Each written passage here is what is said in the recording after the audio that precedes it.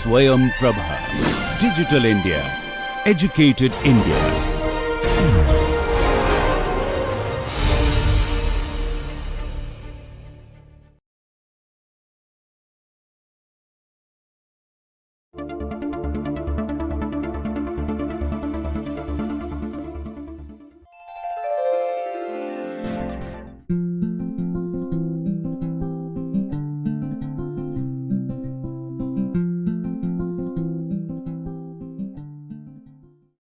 Welcome back to NPTEL, the National Program on Technology Enhanced Learning, being brought to you by the Indian Institutes of Technology and the Indian Institute of Science.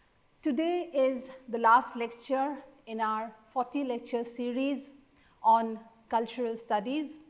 It has indeed been a most wonderful journey for me. I must say today that in the course of recording these lectures, I too have learned a lot, not only about cultural studies, but also about virtual classes, about the importance of long distance learning and teaching. And I welcome you heartily to this last lecture of the series, which is entitled Summing Up.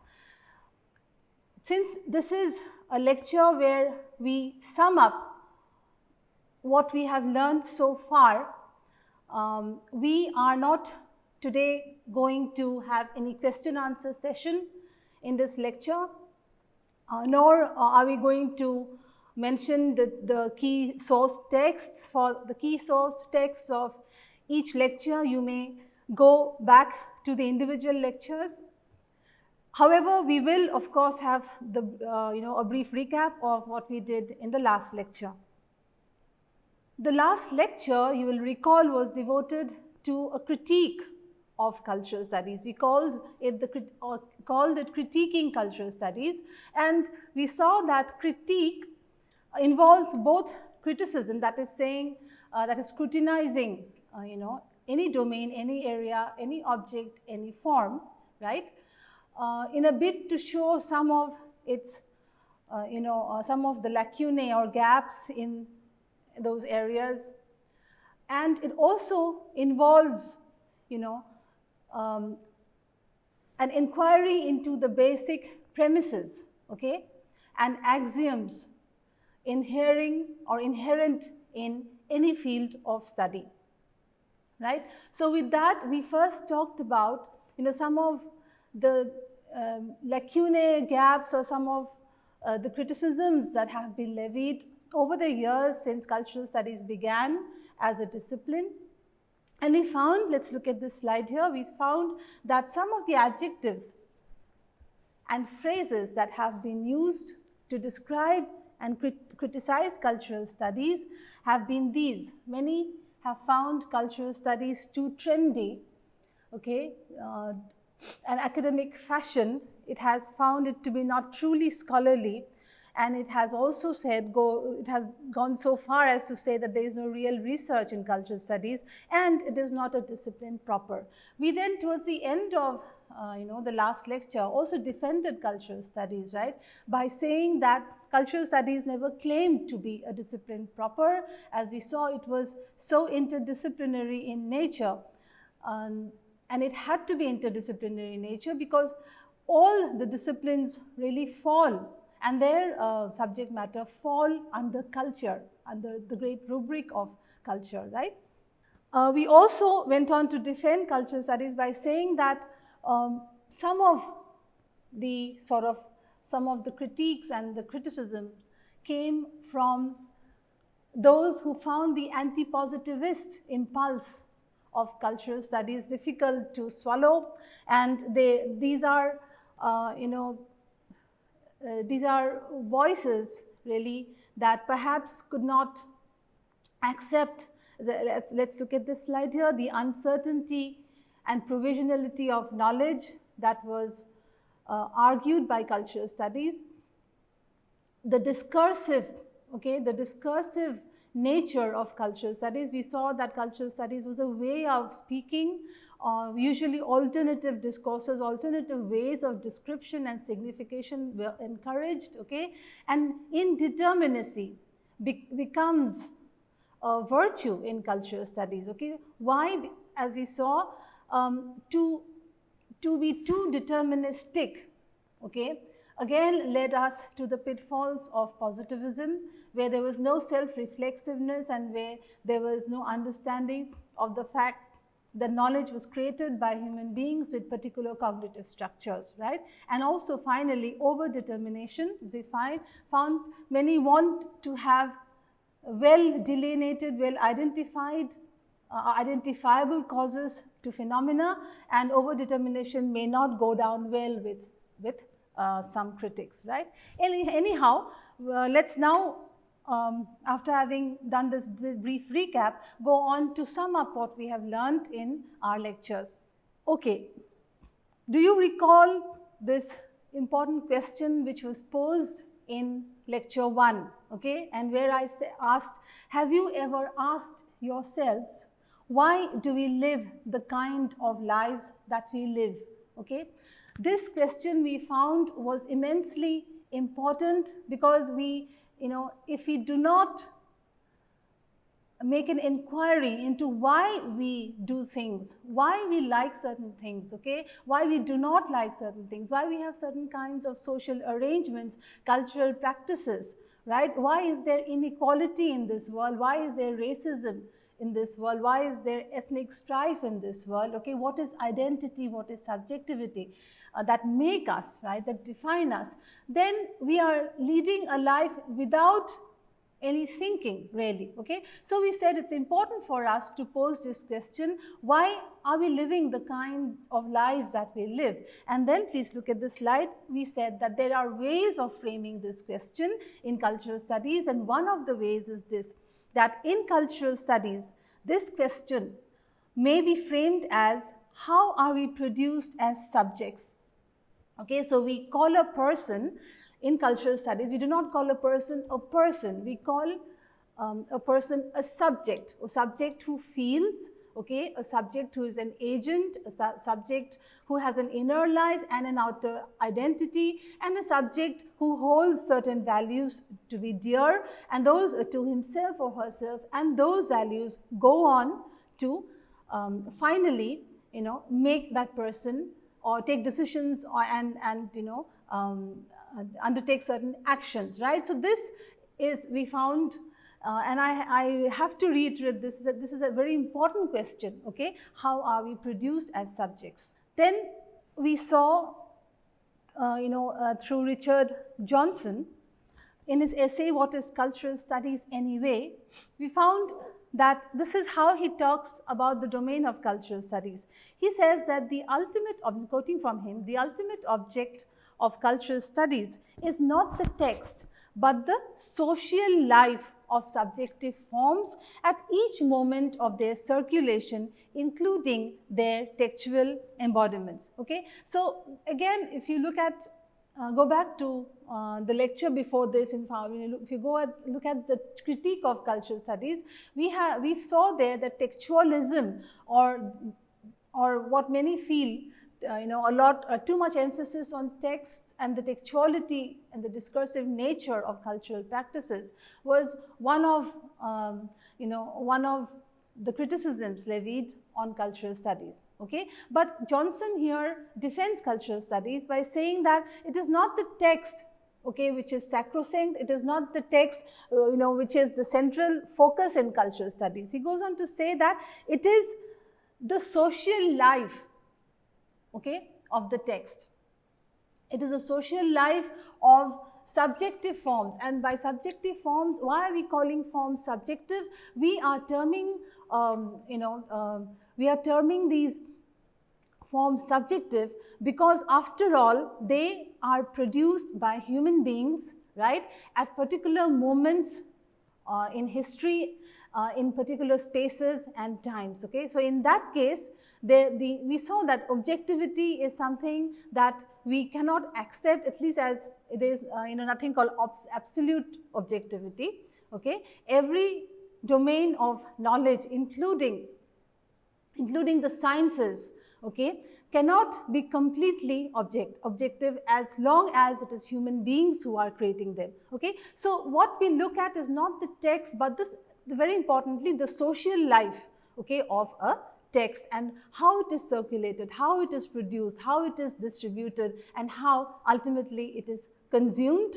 Secondly, what are the texts that are in circulation in the first place, and we found that the reason why certain texts are in circulation in the first place in lieu of others is a matter of power and of ideology. Fine.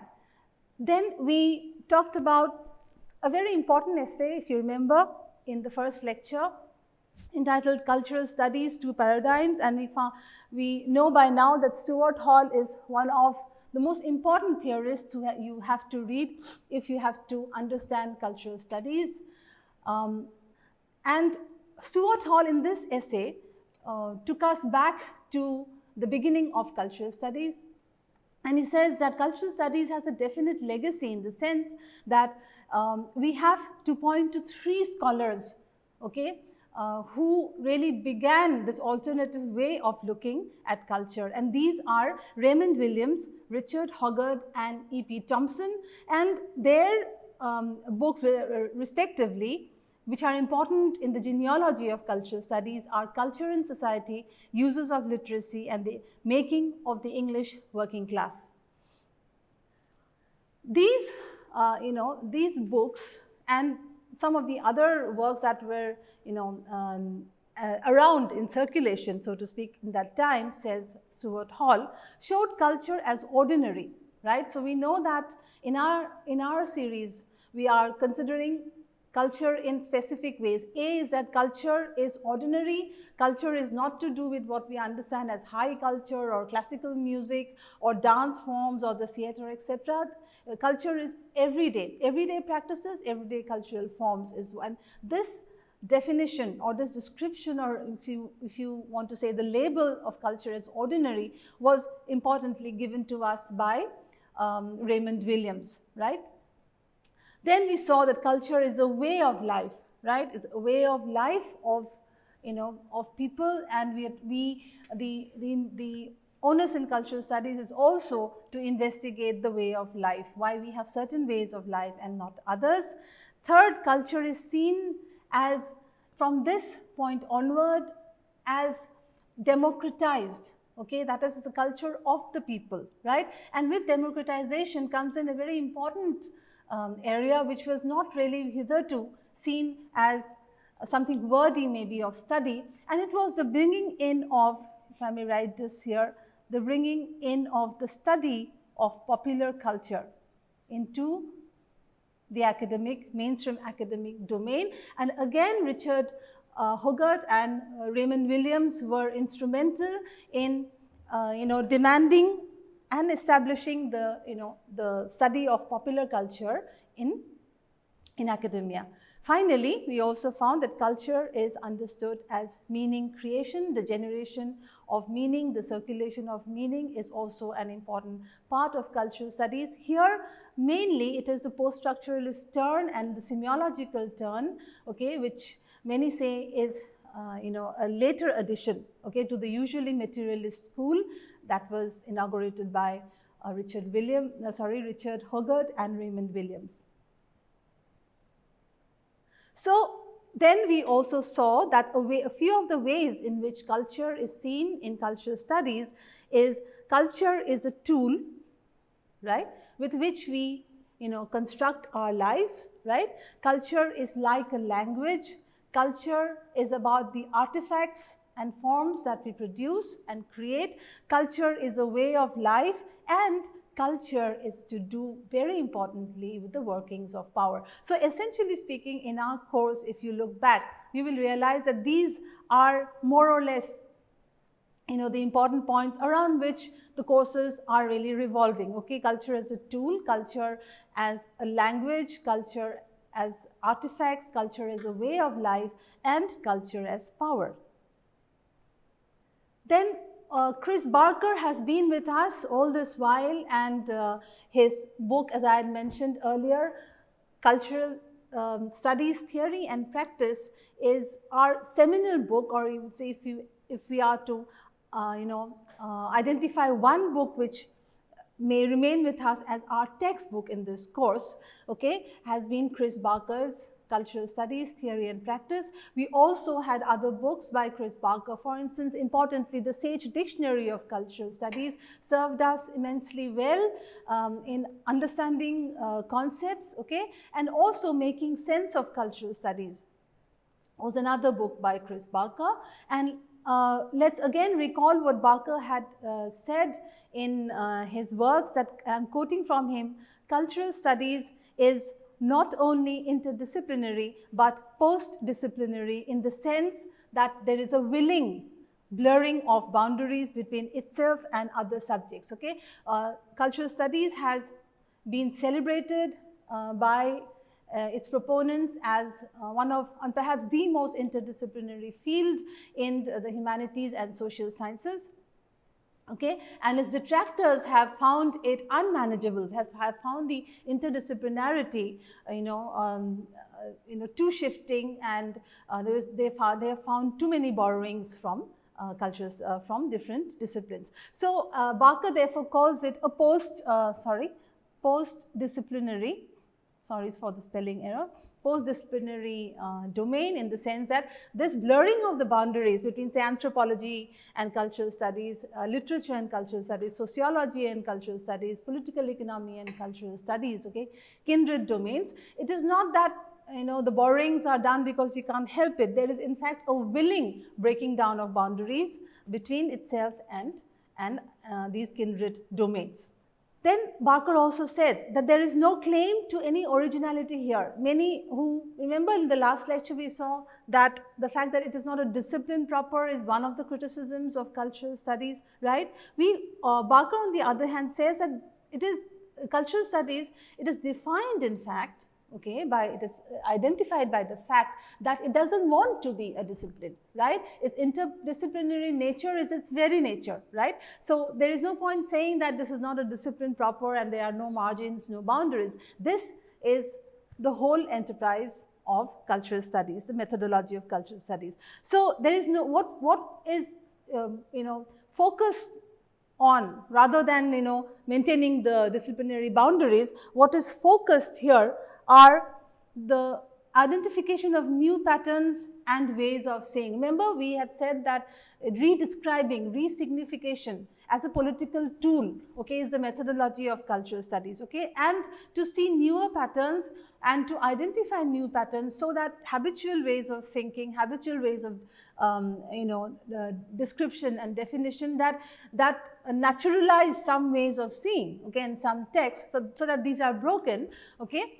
That is why we have to find out new patterns and new connections and new ways of seeing. And we also recall that the political aspect of cultural studies is its most important aspect, in the sense that this is the aspect that distinguishes it from all other domains. It is not to say that domains like anthropology, sociology, literary theory do not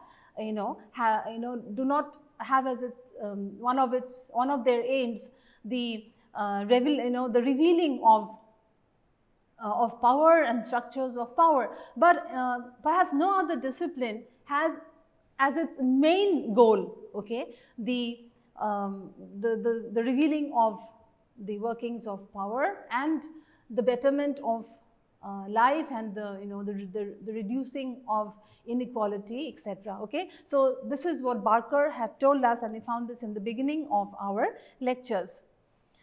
Then Barker says that one of the ways by which we may highlight the differences is by rephrasing the question, okay, what is cultural studies? And then we found very importantly that we insert, if somebody asks us what is cultural studies, then we do not really have an answer, and that is why many have been able to kind of target cultural studies and say that this is too nebulous an area, it is too restless an area, okay. Some area, it's an area you go into and you just flit into it and you can come out of it, okay, because it doesn't demand any methodological rigor in it. But there's a different kind of rigor that is demanded by cultural studies, and one that requires a certain amount of courage in us, in the sense that instead, as Barker says, of asking what is cultural studies, we are to ask how do we talk about cultural studies. Okay, so it celebrates a plethora or multiplicity of definitions, of meanings. Okay, in how many different ways can you talk about cultural studies? Then what are the purposes of cultural studies, right? What are the aims? Why do cultural studies in the first place? Very few disciplines, I think, would have this as one of the questions at the forefront, right? Why, what are the purposes of a discipline? What are the purposes of doing cultural studies, right? And thirdly, what are the practices of cultural studies, right? What does cultural studies, where are the practices of cultural studies? I'm very sorry. Where are the practices of cultural studies located? Okay, remember we devoted a whole module 3, I think it was, on sites of cultural studies, where we tried to see where where culture happens, where these practices are located. For the body, for instance, was a site for us. So also was consumption and even space and time. Fine. So really, after the introductory lectures, what did we go to? What did we talk about? If you remember, we said that before going into cultural studies, before going to talking about the theories and the key concepts, etc., right? We said that we are going to look at what science has to tell us about culture. And why we did this was because one of the increasing criticisms of cultural studies, especially in recent times, as Barker has also mentioned, is that cultural studies hitherto had not been able to show a certain rigor, that a training that comes with studying science. And secondly, some of the important contributions that science had to give us, particularly biology, okay, because we are also biological beings, apart from being cultural beings. If at all we can make a difference between biology and culture, and we saw that we shouldn't make a difference. Anyhow, we saw that evolutionary psychology, in understanding why we have, or why we live, the kind of lives that we live, one of the reasons we can find in our evolutionary past, in our evolutionary history. And for instance, why we have certain deep structures in us, why we have certain fears, why we have certain emotions, and the proof of this is that these are common across people in all communities. So therefore, in this slide, let's look at the slide. We found in I think the third lecture that things like, or propensities like predator avoidance, habitat selection, mate selection, coalition, parental investment, and reciprocal altruism, these are part of us through our evolutionary lineage, and these are still in us, right? So this is what science tells us. This is what the study of evolution, and particularly evolutionary psychology, has given us. These need to be incorporated. More research needs to be done in the interface, okay, between science, particularly biology, and the humanities, because even though we have queried science, okay, we also have said that science works, right? The findings from science may still be provisional, no doubt, but we find that science works better than any other discipline, okay, as a domain of knowledge, okay. So that is why we devoted 3 or 4 lectures to the scientific understanding of culture. And we then also, after talking about evolutionary psychology, its 5 principles, you'll recall, okay, and talking about, we came to the idea of MIMS as given to us by Richard Dawkins, and we found in, I think, our 6th lecture, okay, that the MIM is the unit of cultural transmission or of imitation, and that it is a noun like the gene. And the analogy was made by Dawkins, was shown by Richard Dawkins in his chapter on memetics, okay, between the gene and the MIM. And we talked about, if you remember, meme complexes, we talked about the God MIM, and we tried to understand how these basic units of culture, right, transmitted themselves from brain to brain. We also talked about, the characteristics that these cultural units, elementary cultural units should have if they were to survive at all. And we saw culture also in terms of evolution. So we had cultural evolution on the one hand and genetic evolution on the other hand. So this was, by now this lecture, we came to the end of 3 or 4 lectures that were devoted to the scientific understanding of culture. Then we went on to really what we call the crux of our lectures, and we talked about theory, and we also said that there was no need to be afraid of theory. There was no need. Theory is a way of speaking, okay, using certain terminologies. If you're not scared of theoretical physics, then why should you be scared of theory in cultural studies? We saw theory as an organized set of ideas, an explanatory framework, a position that we take, a comprehensive explanation, a general idea, or a proposition. Okay, this was this was in a bit to show the scope of theory and what we could do. And of course, if you talk about anything, you cannot really have a proper discourse without having a framework, an explanatory framework, or an organized set of ideas. And that is why we talked about the importance of doing theory in cultural studies, right? We also saw that theory is important because theory shows the workings of ideology. And we saw ideology, we defined ideology, which was one of the key concepts in our course. The second module was devoted to key concepts.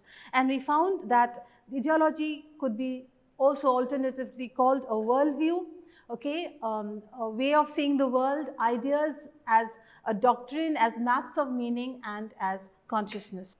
Then we went to our first theoretical school, and I had said that there were several theoretical schools, and because of paucity of time, we could not go into all of them, but 3 important ones that were identified at least by Chris Barker in his work were structuralism, Marxism, and post-structuralism. Okay, so we looked first at structuralism, and we saw that structuralism, or the structuralist understanding of culture, was deeply related or borrowed heavily from structuralist linguistics, as was given to us by Saussure by the study of semiotics or meaning. Okay, and we found that culture was found to be like a language, okay, it was like a semiological system, where, as you find in the slide here, culture is a system of relations, like words operate and take on their meaning in a system of relations.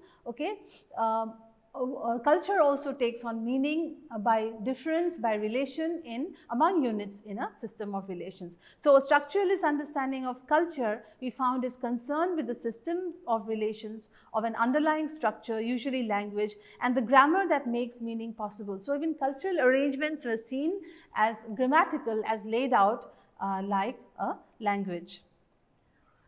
We also then we looked at Marxism. In fact, we devoted 2 lectures to Marxism, and we saw that the contribution of Karl Marx and of Friedrich Engels is seminal to an understanding of culture. We talked about, if you recall, we talked about the base and the superstructure, and how the ruling ideas of each age, okay, were actually the ideas of the ruling class. And we talked about how Marx had shown that every epoch is characterized by a system of exploitation. The forms are different from epoch to epoch, but the nature of the exploitation continues, in the sense that there are those who have control over the means of production, okay, and there are those who are always dominated and who are exploited, in the sense that their labor is not adequately compensated for, in the sense that they are not allowed to share in the profit that arises from labor. We also saw, very importantly, that history moves on in a dialectical process, which Hegel called the thesis, antithesis, and the synthesis. And according to Karl Marx and Friedrich Engels, okay, whenever there is, whenever the forces of production, okay, whenever the forces of production come into conflict with the existing relations of production, then society enters a new mode of production. There is a revolution and society enters a new mode of production. We also saw that the history of mankind may be seen as a struggle, okay, a struggle among classes and between two major classes, okay, which as we saw took different forms in different times. For instance, beginning with ancient slavery, we find the masters and the slaves. In feudalism, we find the serfs, the lord, the overlord, and the tenants or the serfs. And in bourgeois society, in capitalism, that is, we found that there were those who controlled capital, the bourgeois class, and those who worked or sold their labor, okay, that is the proletariat. And we also saw that these continued in the form of other phases like neoliberalism or imperialism. And also we found that Marxism believed that eventually there would be a classless society with the revolution of the proletariat. Okay, Marxism, we also understood, was one of the forebearers, so to speak, of cultural studies, in the sense that even today, okay, the legacy of cultural studies is first always Marxism, okay, is always materialism, as we found in the work of Richard Hogarth and Raymond Williams. And then we talked about post-structuralism, right, where we found that it carried on. It was it carried on the argument given by Saussure about the signifier and the signified, but it added a very important element in the sense that it saw no one signified, okay, it saw a series of potential signifieds. And it also pointed out through scholars like philosophers like Derrida about what he called the metaphysics of presence in Western culture, and how there's always in the binary opposites, culture is seen through binary oppositions of, say, good and bad, dark and light, light and dark, culture or nature and culture, etc., and that these binaries needed to be dismantled, okay, if we have to understand culture and on all its complexity, right. Then we moved on to the next module. The second module was devoted to key concepts, and we said that without key concepts, which are the tools, okay, of cultural studies, tools that give rise to the methodology of doing cultural studies, we cannot really continue to talk about cultural studies. Okay, we have to understand what are the concepts and ideas, what are what are the words that make the terminology and the terminological tool, if you will, of cultural studies. And we found that identity, subjectivity,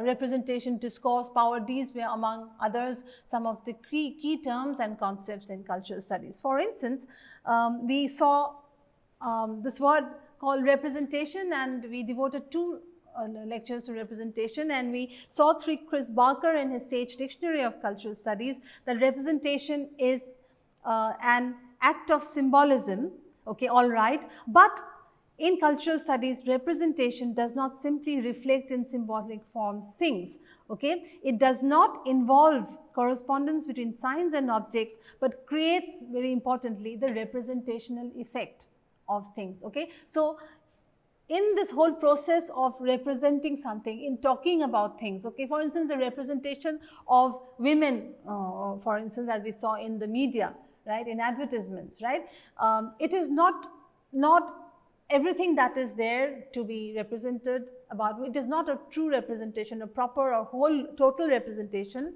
of what a woman is. It is an effect that is created and that is guided by certain certain goals in mind. Okay, so also not only in advertising, we find that representation processes are deeply imbued by issues of power and politics. Okay, why one representation works and another doesn't is a matter of ideology, is a matter of ruling ideas of the ruling class, as Marx would have it.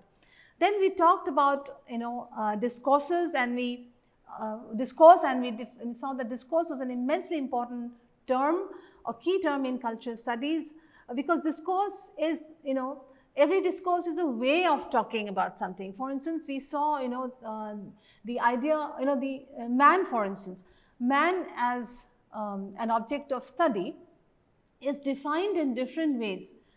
For instance, medical sciences would have a way of describing what man is. Okay, we talk about man in terms of biology, in terms of diseases, in terms of what is health, for instance. Okay, on the other hand, religion would talk about man in a totally different sense.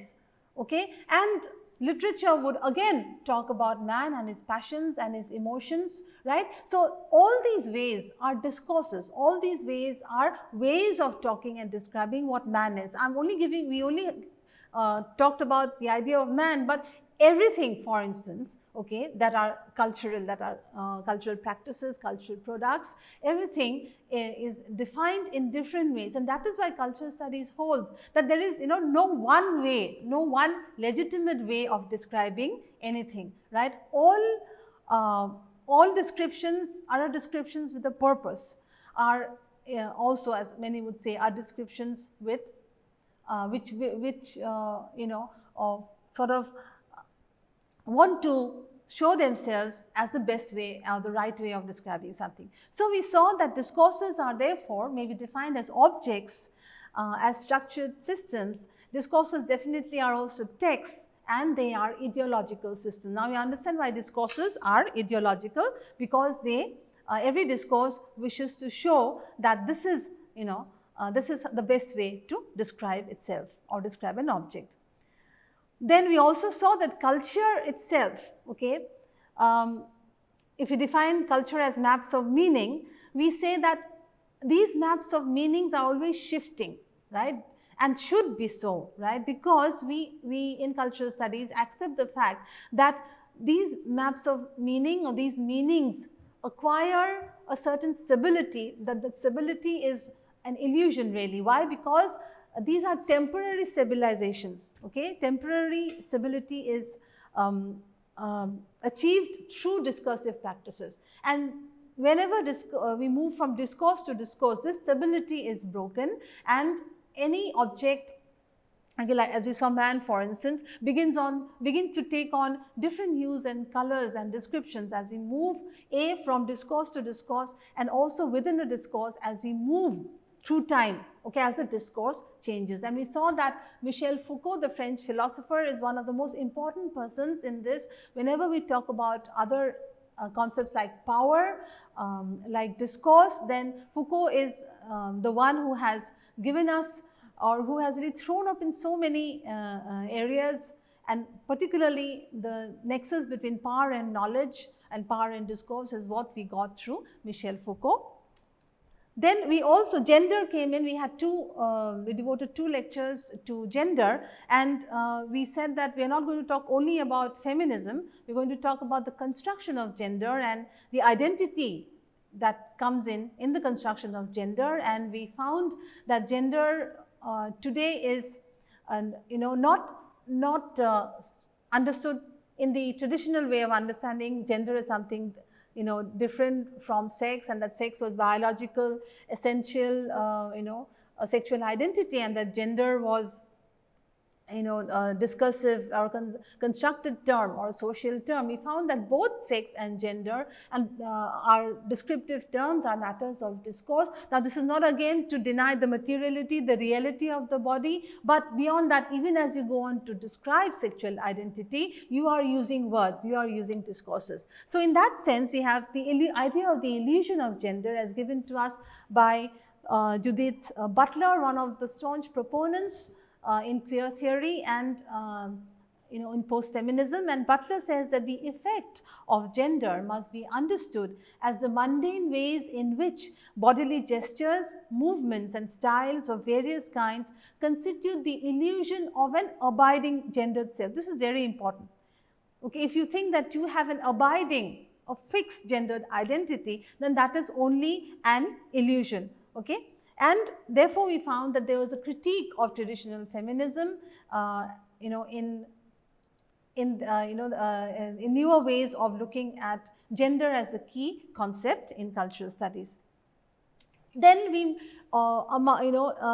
moved on to the next module, which was called Sites of Cultural Studies, and I said a while ago, sites means where are cultural studies located, or where does culture happen, right?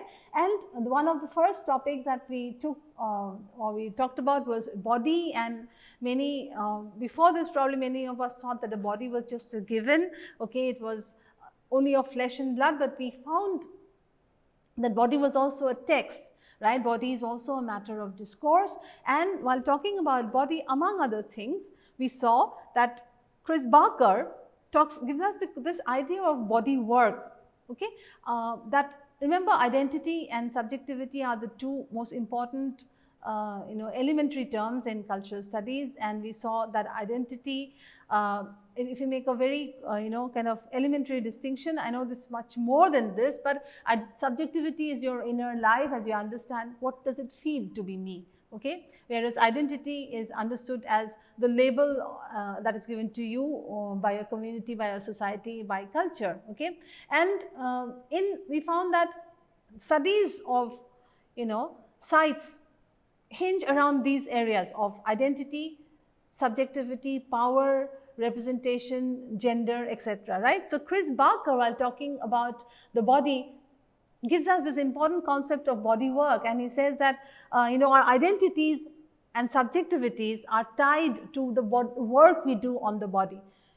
We dress up the body, we have gestures, we have certain ways of being in the body, okay, and body work includes therefore regimes of diet, it includes fashion, it includes cosmetic surgery, exercise, health promotion strategies, and even organ transplants. Right? This is a work that we do on the body, and once we do these work on the body becomes a site of cultural practice. The body doesn't simply remain something only of flesh and blood to be studied by biology. The body becomes a cultural affair. Then we talked about time. We talked about space and time really, and we found we brought in Zeman and Capozzi, and wherein let me quote from their work, cultural studies which deal with time are interested in understanding the uses to which narratives of time have been put. Now, we saw that, of course, time is one of the most important aspects of physics, but we saw that while physics may try to understand the nature of time, we in cultural studies are not, interested in understanding the nature of time. We are interested in trying to see how time has been put, our understandings of time have been put to use, use by power, okay, through representation. For instance, we saw that in saying that some nations are, are late in development, right? So we have, an act of power here, because we are defining some nations, countries as underdeveloped only because they are in a sort of, seen as being in a sort of time lag as far as development or mainstream development is concerned in the so-called developed countries, right? Space was another site, and we saw that space is not simply topographical or geographical. Space is social construction, importantly, because space is related to work, family, leisure, consumption and privacy. Then of course language is also a site, and we saw that language is a site in a different way, because language is both a site and it is constitutive of discourse, constitutive of cultural studies. And we saw language as the, if cultural studies one of the main tasks of cultural studies is the inquiry into meaning generation. Then language is the means and medium of meaning generation. And we saw through Richard Rorty, the philosopher, that culture therefore can be seen as a language, culture can be seen as a conversation, and he also points to the primacy of language as far as talking about culture and cultural products is concerned. There is no other way in which we can do it, and that is why language is both a site and constitutive element of culture. Then we talked about ethnicity, race and nation, and we went on to say that ethnicity was about sharing norms, values, cultural practices, blood ties and homeland. And we talked about nation, and we said we made a difference. We distinguished between nation and national identity, and we said the nation was more than just more than geography and boundaries and maps. A nation is also, as was shown to us by Benedict Anderson in his book Imagined Communities, a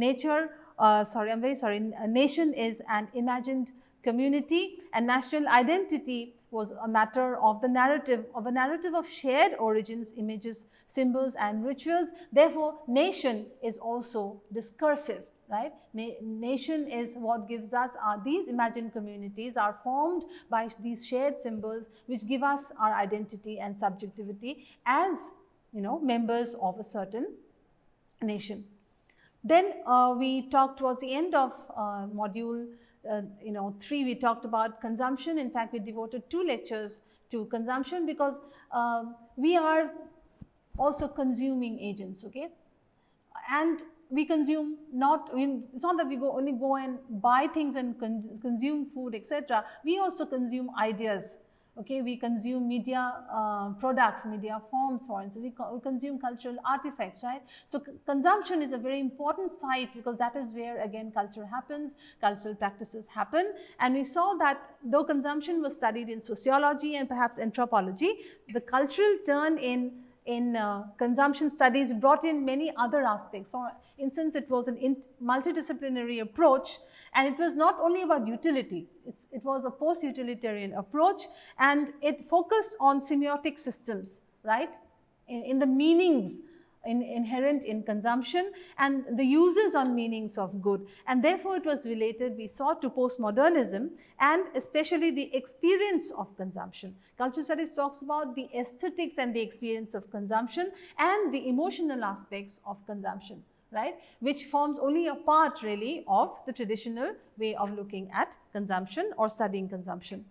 Then one lecture was devoted in consumption to eating out, the restaurant experience, and we saw through scholars like Finkelstein, etc., that the restaurant, the whole process of eating out was not simply to do with gratification. Okay, we found that even though we felt that these are our decisions to eat, the decision to eat out, or that we felt empowered as consumers when we go and eat out, on the other hand, there's also a package that was already kind of created and made ready for us. And this whole, as the scholars have pointed out, this whole identity construction, etc., that we feel we are, this feeling of being an agent in the consumption process was actually a simulated experience, right? For instance, the restaurant experience, is a total consumption package that is kind of packaged for you, and including themed restaurants, and this whole experience of the restaurant experience was also a constructed one. So again, if the consumer felt that he or she was constructing meaning, and on the other hand, eating out, studies show us that it is already present. It is an illusion when we think that as consumers we are constructing our identity. Then we also found that there was a new orientation in the higher classes, and we called it cultural omnivorousness, that is variety, valuing variety for its own sake. This also was in distinction to, or it is distinguishable from earlier, status oriented consumption practices. distinction-oriented consumption practices. Okay, today we also find people willingly going in for different consumption experiences in order to, in order to even make a claim of being culturally sophisticated through a variety of experiences. Then finally, in the last lecture in module 3, we found that biosemiotics, is an important, again, biology is a site. Many would think, well, how is biology a site for cultural studies? And we found that cultural studies has shown us, okay, that even life, okay, may be seen as a system of signs and codes. Okay, if you look at organisms carefully, you will find that organisms also produce signs and interpret signs, and we we interpret those signs according to our own scientific training and our own technology, right? So in fact, many even want to say that the universe itself is a system of codes which we have not been able to decipher and decode in its entirety, right? So the universe and our planet with all its biological forms, okay, are also, in a sort of what we may call a semiosphere, okay, giving out meanings, communicating with codes, and encoding and decoding meanings.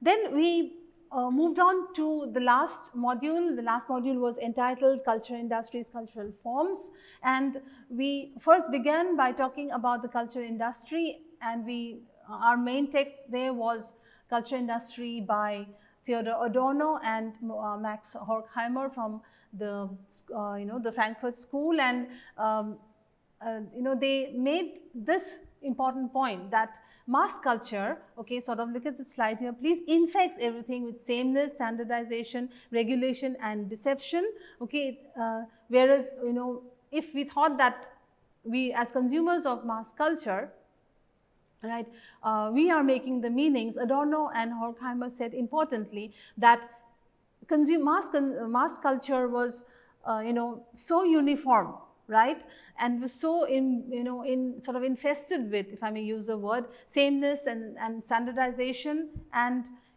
these were also regulated, right, that ultimately we may even claim that as consumers we have of mass culture, we have been sort of deceived, because there is in fact a standardization that ultimately becomes a repetition, and again from the point of view of power becomes sort of a naturalizing of these standardized goods. Then we talked about the commodity as the equivalent of the molecule really in cultural studies, or the equivalent as you find in biology. And Chris Barker, on meanings and commodities, he pointed out to an important issue here, which he found in that lecture, was that commodities, when they're designed and produced, the design and production processes are modified, and new meanings are created through new representation processes. So it is not that as we found in Adorno and Horkheimer's arguments, we found that there was a repetition, there was standardization, sameness. Barker says that, well, even commodities undergo change through the changes in design and production, which are modified, and they create new meanings, right? And also the customer feedback, consumer feedback also propels the creation of new design. So it is not so static, it is also a very dynamic process. Then we talked about the media, and we found that cultural studies and media studies should not be conflated, because cultural studies brought in a new aspect, okay, a new perspective in media studies. It's not that media studies wasn't there before cultural studies. On the other hand, cultural studies comes in and gives a semiological aspect, and because it talks about the politics of the sign, and it sees media, all media forms as texts, all media processes as practices, and cultural studies begins to talk about how meaning is generated in this media, products, be they books, be these television, programs, etc., right? And secondly, there was identity-based media criticism and the study of media representation. Then one lecture was devoted solely to television, as in a bid to talk about to focus on one form of media, and we found that cultural studies, exploration of television brought in more textual analysis, okay, and importantly audience research. Okay, it again, one of the driving forces was that we do not look at audience as simply passive consumers, we look at audience as also contributing new meanings, right? And of course the identification of new patterns of meaning and the political economy of television. These are the things that cultural studies have made or have fortified in an already existing media studies domain. Then we talked about new media as a postmodern industry, and we differentiated new media as from mass media by saying that mass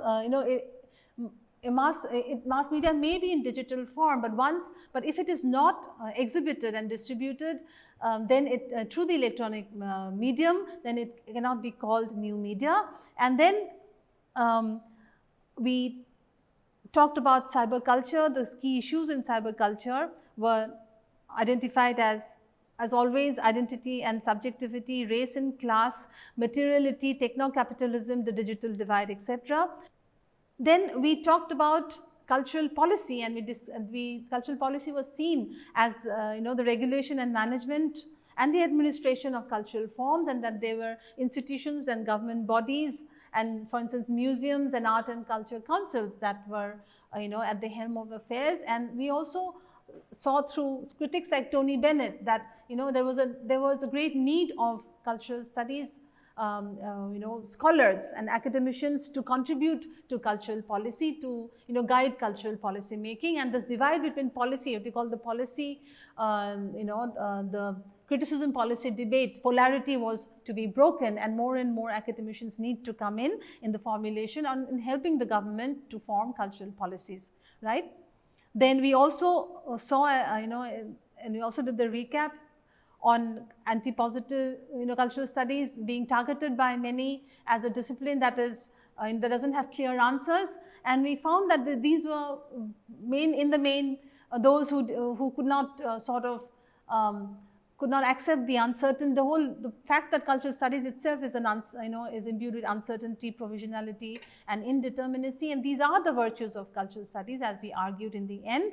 And it was also seen as if you're not careful, then it may definitely re-instantiate dominant ideologies, and in giving too much importance to audience and audience resistance, it may give a lopsided power to consumer sovereignty. Okay, so this was a brief summing up of all the modules in this in this course, in this video course on cultural studies. I may have just missed out 1 or 2 lectures, but in the main this is what we have seen, that we have done in our these lectures on various aspects of cultural studies. And I would in the end like to bring back to you one of the formulations given by Stuart Hall, right, and would like to end with this really. The signification, representation and ideology is the essay, and therein we talked about this in one of our lectures, I think in the first lecture if I am not mistaken, and I am bringing it back to you here. And he says social relations do exist, we are born into them. They exist independently of our will. They are real in their structure and tendency. Social relations exist independent of mind, independent of thought. And yet they can only be conceptualized in thought in the head. Okay, this really is one of the ways in which you can defend cultural studies. Cultural studies, like as Hall says, never says that there is no reality, or at least there is no real arena in which things happen. It does not it does not contest also the fact that there are cultural forms are tangible, that the body is real, for instance, it is made of flesh and blood, and that there are these modes of production that ultimately determine the way of life we lead. But as Hall says, right, when one has to conceptualize these things, then one has to write it out and talk about it in a certain way, right? And the way of talking of cultural studies happens in thought. As he says, it happens in the head. Now, this is, this is what many find the paradox. Well, these have something tangible, but then it becomes, textual. The point is, it happens to a huge extent in language, in discourse, right? And we have to understand that in talking about these things, okay, issues of power, issues of representation feed back into the very reality of things, feed back into the whole, even the tangible aspect, the materiality of things, so much that the material is also textual, right? So if you understand this, then you'll have to understand that the business of cultural studies is different from the business of other domains, right? And one, therefore, as long as you have this judicious balance between the text and the production process, the political economy of the text, you cannot go wrong in cultural studies, right? So finally, let me leave you with these words by the person who was perhaps the greatest of all philosophers, okay, that is Socrates. And this is what we began, our lectures with, and I'm going to leave you with his words. The unexamined life is not worth living. Thank you so much.